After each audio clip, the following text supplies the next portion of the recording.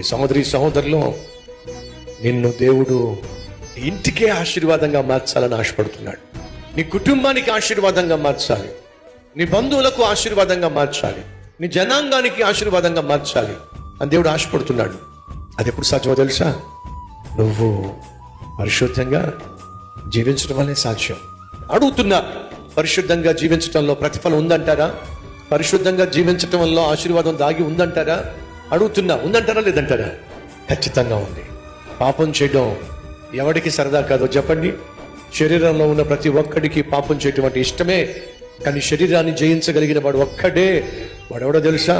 ఆత్మీయుడు, అనగా దేవుని ఆత్మ కలిగిన వాడు మాత్రమే పాపాన్ని జయించగలుగుతాడు. వాడే తన చుట్టూ ఉన్న ప్రజలకు ఆశీర్వాదంగా, ఆదర్శంగా దేవుడు తీరుస్తాడు. ఈరోజు మనలో ఎవరైనా ఉన్నారా? నా వల్ల 10 మంది దీవించబడాలి, నేను 10 మందికి ఆశీర్వాదంగాను ఆదర్శంగాను జీవించాలి అని నువ్వు ఆశపడుతున్నట్లయితే నువ్వు చేయాల్సింది తెలుసా?